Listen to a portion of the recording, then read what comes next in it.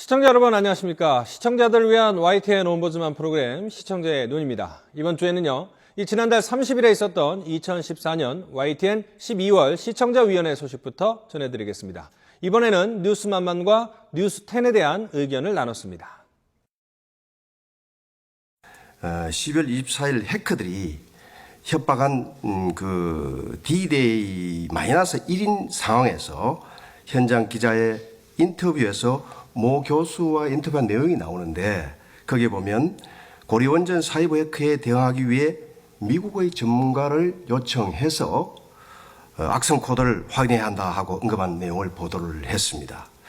그런데 지금 미국을 보면 지금 북한이 반발하고 있는 소니 영화사 제작 인터뷰 상영 관련해서 혼선을 빚었었고 또 배후 사이버 테러 세력 수사도 지금 난항을 겪고 있는 실정에 있습니다. 이에 비해서 우리나라는 2009년 77 디도스 공격 그리고 2011년 농협 전산망 디도스 공격을 북한의 소행으로 밝혀낸 경험이 있습니다. 또 이러한 경험을 통해서 사이버 공격 악성 코드 유행에 대한 많은 정보를 갖고 있으며 또 이번 해킹 관련 IP 주소가 중국 선양이라고 그러는데 이 점에서 중국과의 수사 공조가 중요한 사안인 만큼 현재 한중 형사 사법 공조 협정과 또 이 요새 들어와서 원만한 한중 우호 관계를 활용한 관계기관의 대응을 믿고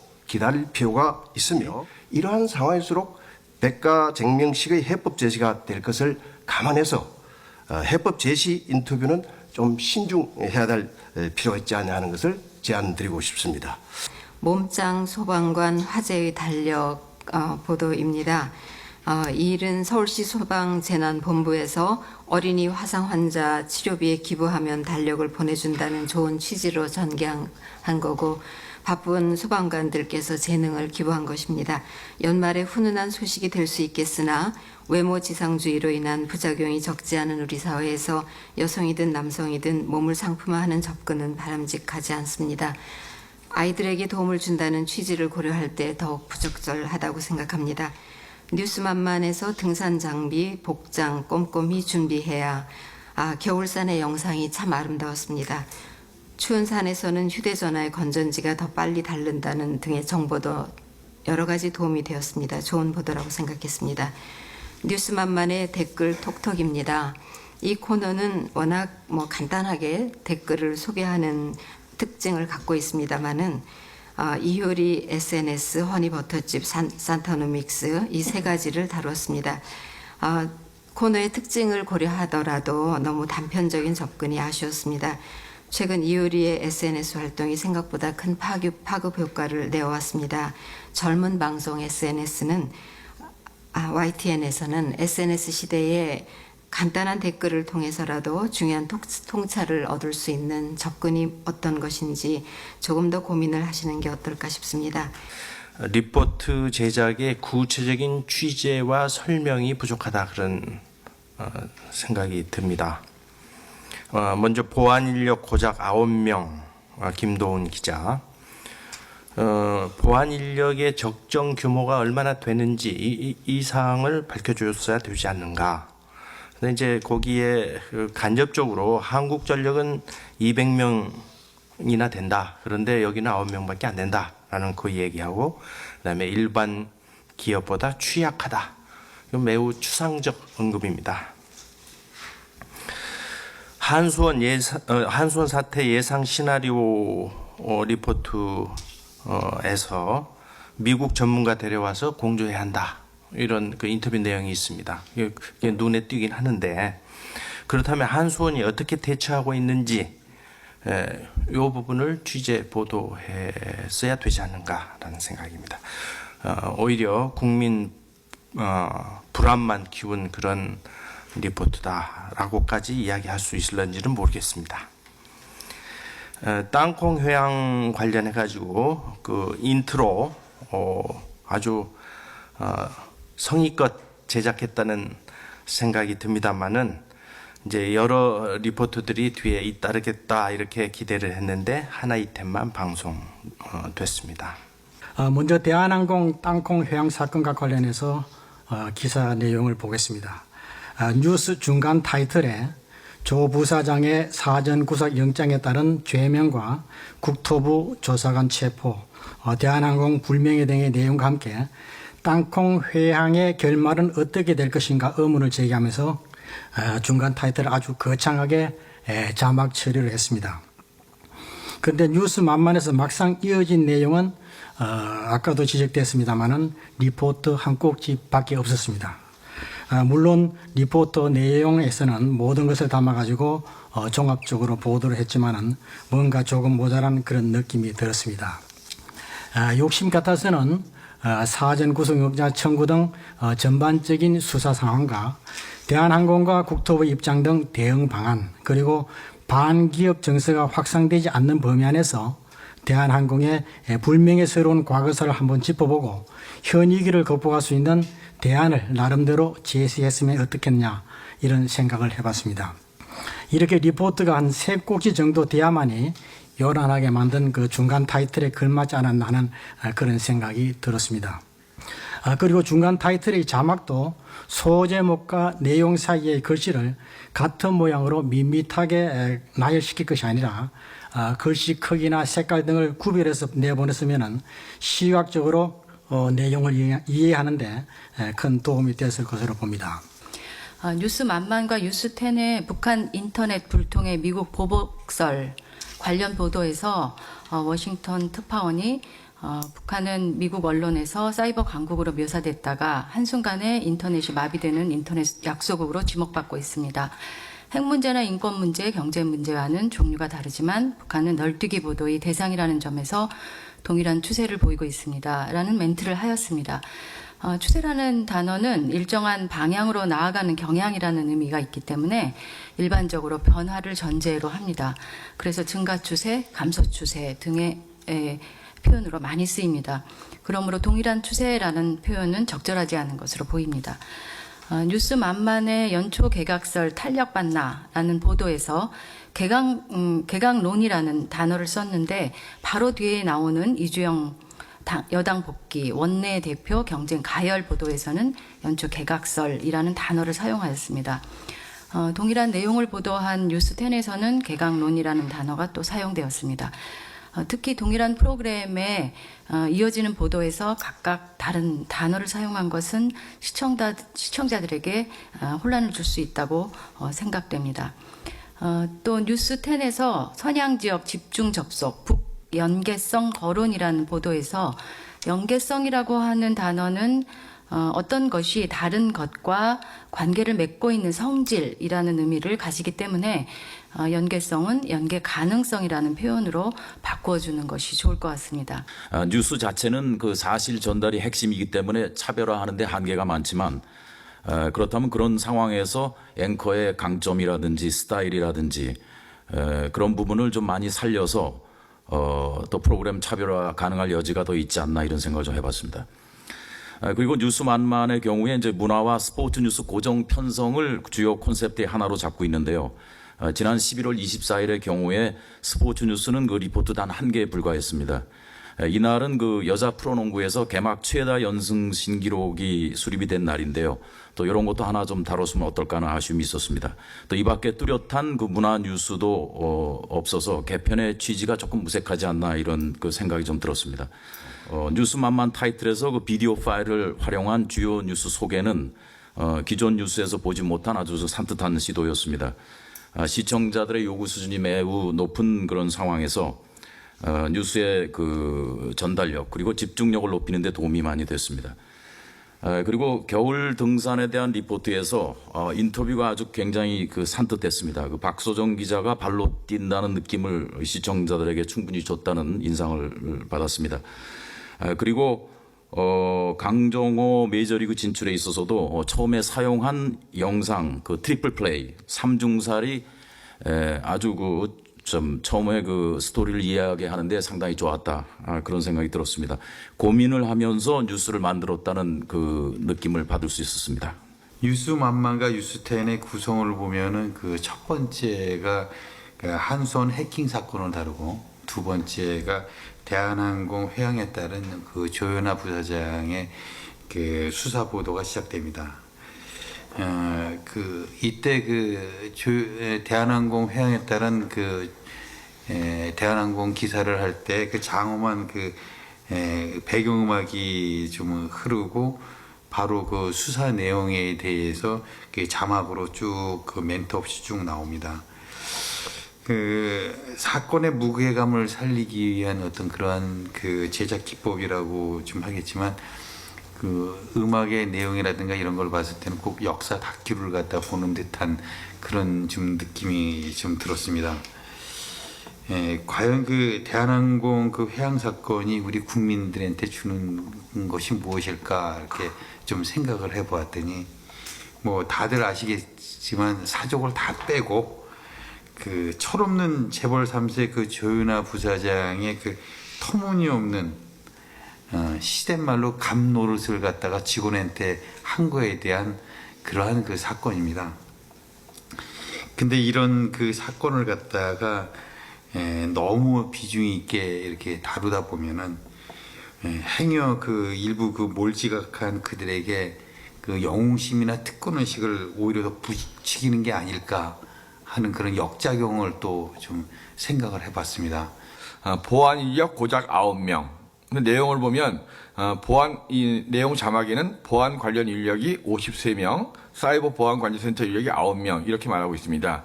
그 보안 인력이 200명에 달하는 한전에 비해 그럼 과연 이 한전의 200명은 보안 관련 인력인지 사이버 관제 인력인지 이도 혼동되어 왔고 또 추가로 5명을 추가 모집한다고 했는데 이 5명이 또 사이버 인력인지 아니면 전체적인 보안 인력인지 그래서 자막을 사이버 보안 인력 고작 9명 이렇게 표현해줬다면은 좀 혼동이 안 됐을 텐데 사이버하고 보안을 섞어 쓰다 보니까 정말 200명 대 9명인지 200명 대 53명인지서부터 해가지고 계속 혼동이 왔습니다. 두 번째, 북한의 인터넷 불통 보도에서 자막 위쪽에 미 정부 대응 가능성 커 이렇게 이제 자막을 써놨습니다. 근데 기사 내용을 보면 미 정부가 개입한 것 같긴 하지만 가능성이 크다라는 근거가 과연 무엇일까 이런 생각이 좀 들었습니다. 이 위에 머리 기사를 미 정부 대응 가능성 있어 정도로 봤으면 좀 좋았을 텐데 너무 가능성 크다는 정도의 이 자막을 뽑으니까 상당히 좀 혼동이 왔었습니다. 그다음에 톡 댓글 아까 말씀하신 것처럼 이제 그런 조금 댓글이 많지는 않았지만 저는 그게 시청자들하고 교감한다는 쪽에서는 굉장히 좋은 방향을 일으킬 수 있고 젊은 사람들을 좀 같이 볼 수 있게 한다는 점에서 아주 저는 그걸 좋게 봤었습니다. 근데 이제 처음에 이 뉴스 만만해서 조금 제가 말씀드리고 싶은 거는 뉴스가 끝나고 난 다음에 다음 뉴스로 넘어갈 때 하얀색 블럭이 막 쏟아져 나오면서 화면이 이렇게 바뀌는데 그게 조금 이렇게 굉장히 어색하게 다가왔고, 근데 뒷부분에 가면은 다시 블럭이 좀 크게 나오면서 뉴스 만만 이렇게 글자가 나오는 게 훨씬 자연스러워 보였습니다. 그래서 앞에 부분에 있는 하얀색 블럭 글씨 없는 것만 나오는 것보다는 뒤에 글씨가 있으면서 이렇게 나오는 큰 글씨체가 참 좋겠다 그런 생각을 했습니다. 그다음에 거기 화면 중에서 보면 타입 붙이는 손이 너무 크게 나온다든가 또 같은 화면이 계속 여러 번 나오는 게 수류탄 뿌린 전직 부사관, 뭐 가방 시신 피의자 특징 이런 데서 같은 장면들이 여러 번 나오는 게 조금 불편한 그런 느낌을 받았었습니다. 그다음에 뉴스10은 제가 보면서 사실은 뉴스 만만에 비해서 굉장히 차별화됐을 거라고 기대를 굉장히 많이 하고 봐서 그런지 차별화가 그렇게 많이 보이진 않았었습니다. 그래서 여긴 2부처럼 차라리 그렇게 차별화하는 건 어떨까 이런 생각을 제가 잠시 해봤고 9시를 보고 10시를 똑같은 내용을 다시 본다는 거는 그렇게 크게 조금 어렵지 않을까 하는 생각을 했습니다. 한수원 해킹 북한 연계 가능성 뉴스에서 해커들의 주요 IP 접속지가 중국 선양이라고 보도하고 이 중국 당국의 협조 요청이 문제 해결의 관건이다고 마지막 문장에서 결론을 짓고 있습니다. 이 수사를 위한 해결책을 제3자에게 귀인해서 우리의 수사 능력이 다소 무기력하게 들리는 듯한 느낌이었습니다. 뉴스에서의 SNS 활용 문제입니다. 이유리 씨 쌍용차 광고 모델 건을 비롯해 몇 건의 뉴스에 대해서 트위터에 올라온 의견들을 제시하고 있습니다. 누가 선별한 의견인지 기사의 본질을 적절하게 반영하고 있는지 보다 더 신중을 기해야 하지 않을까 생각해 봤습니다. 최근 그 많은 언론에서 다양한 의견이라는 이유로 소셜미디어를 적극 활용하고 있습니다. 적극 활용하는 것은 뭐 반길만한 일이지만 신뢰성과 객관성을 해치지 않도록 보다 더 주의해야 하지 않을까 생각해 봤습니다. 건강보험 약관 개선안 뉴스입니다. 당뇨, 고혈압, 합병증 병원명을 명확하게 하고 해당 사항 수술도 보험 청구가 가능하게 하는 등 금융감독원의 시행 지도를 보도했는데 단신으로 스트레이트로 처리해서 아쉬웠습니다. 애매했던 건강보험 약관을 개정하려는 노력에 대해서 아마 시청자들이 보다 더 궁금해하지 않았을까 싶습니다. 이러한 내용은 보다 더 상세한 보도가 있었더라면 하는 아쉬움이 남았습니다. 가방 시신 피의자 체포영장 발부 관련 보도에서는 피의자 특정 체포영장 발부 또 피의자 특정 후 체포영장 발부받아 이래 하는데 특정이라는 표현을 자막에서 썼는데 이 부분이 용어가 과연 적절한지 생각이 들었습니다.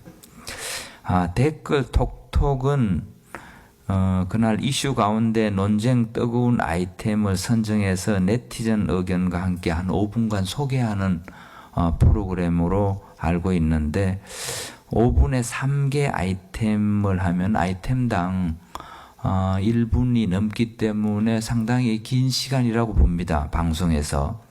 근데 이 아이템 선정을 흥미 위주보다는 좀 그에 걸맞게 사회적 이슈도 되면서 보도 의미나 가치가 높은 아이템을 보다 신중히 선정하면은 좋지 않겠나 하는 생각이 듭니다. 뉴스10에서 경제 뉴스로 미국 경제 호조하고 국내 경제 체감 경기 악화 관련해서 보도한 것은 좋은 내용이었습니다.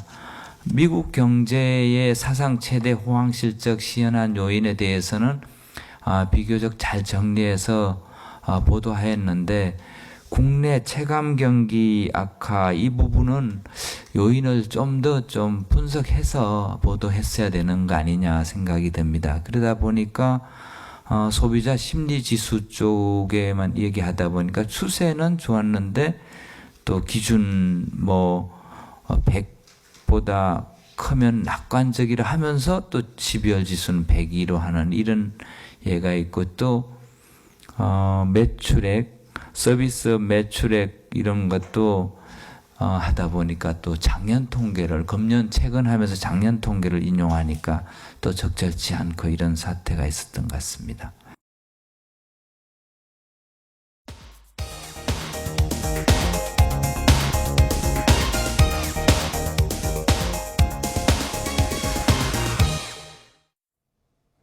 지상파 DMB 채널인 YTN DMB 프로그램을 평가하는 내가 본 YTN 순서입니다. 이번 주엔 판도사 3.0과 사과나무에 대한 김정수 평가원의 의견 들어보겠습니다.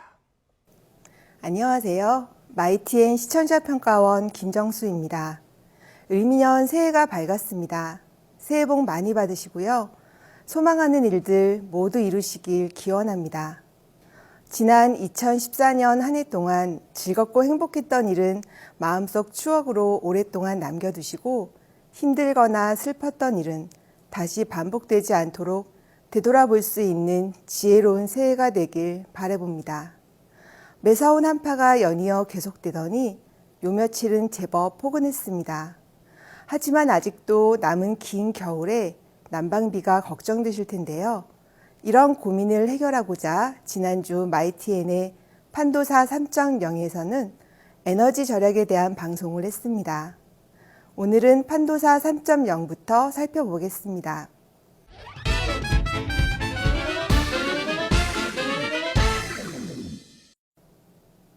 판도사에서 시작한 본 방송은 판도사 2.0을 거쳐 현재 판도사 3.0에 이르고 있습니다. 그동안 프로그램의 형식에는 몇 차례 변화가 있었습니다. 하지만 프로그램의 성격은 최근 방송 주제였던 스마트폰 즐기는 방법이나 겨울철 안전운전을 보더라도 알 수 있듯이 생활 상식과 지식을 알려주는 생활 밀착형 과학정보 방송으로서 변화먹고 쉽고 재미있으면서 유익한 내용으로 시청자들의 사랑을 받고 있습니다. 판도사 3.0은 한 명의 진행자와 3명의 패널이 하나의 주제로 이야기를 나누는 가운데 몇 가지 코너로 구성되어 있습니다. 지난주에는 겨울 다이어트의 절대 강자 에너지 절약이라는 제목으로 방송되었습니다. 방송은 크게 에너지 지키는 비법, 에너지 절약을 위한 사회적 노력, 캠핑 토크라는 세 부분으로 나눠져 있었습니다. 에너지를 지키는 비법에서는 열 손실을 차단하기 위한 방법으로 선풍적인 인기를 끌고 있는 에어캡을 소개하였습니다. 흔히 뽁뽁이라고 하는 붙이는 에어캡은 이제껏 많이 보고 들었지만 뿌리는 단열 스프레이는 처음 보는 방법이었습니다. 사용 방법이나 효과를 붙이는 에어캡과 함께 보여주어 새로운 정보를 제공해 주었다는 점에서 유용했습니다. 에너지 절약을 위한 사회적 노력에서는 에너지 절약 전시관에 있는 스마트 난방 시스템인 절약형 온수 분배기를 소개해 주었는데요. 에너지 절약을 위한 끊임없는 노력과 연구가 진일보하고 있는 모습을 눈으로 확인해 볼 수 있었던 시간이었습니다. 무엇보다 인상적이었던 것은 에너지 등급 표시 해독법이었습니다. 가정에서 사용하는 가전제품에 부착되어 있는 에너지 등급 표시 라벨을 보면서 등급에만 관심이 있었는데요. 그 밑에 작은 글씨로 1시간 사용 시 CO2 발생량이나 1년 사용할 경우 발생할 연간 소비 전력이 금액으로 환산되어 있다는 것은 몰랐던 부분이었습니다. 방송을 통해 잘 알고 이해할 수 있었고 이렇게 라벨을 제대로 이해하고 읽을 수 있으면 물건을 구매할 때 에너지 절약을 환기시킬 수 있다는 점에서 필요한 방송이었다고 생각합니다. 마지막으로 캠핑 토크에서 이어진 대화에서 에너지 빈곤층이 겨울을 보내야 하는 어려움에 대해 공감하고 성금이나 옷 전달 혹은 폐 휴대전화 기증으로 이웃사랑을 실천한 사례를 소개한 점은 우리 이웃에 대한 관심을 불러일으켰다는 점에서 긍정적인 평가를 하고 싶습니다. 사람들에게 재밌게 전해주는 과학정보 프로그램 판도사 3.0. 새해에도 변함없이 즐겁고 유용한 정보를 전해주시길 기대하겠습니다.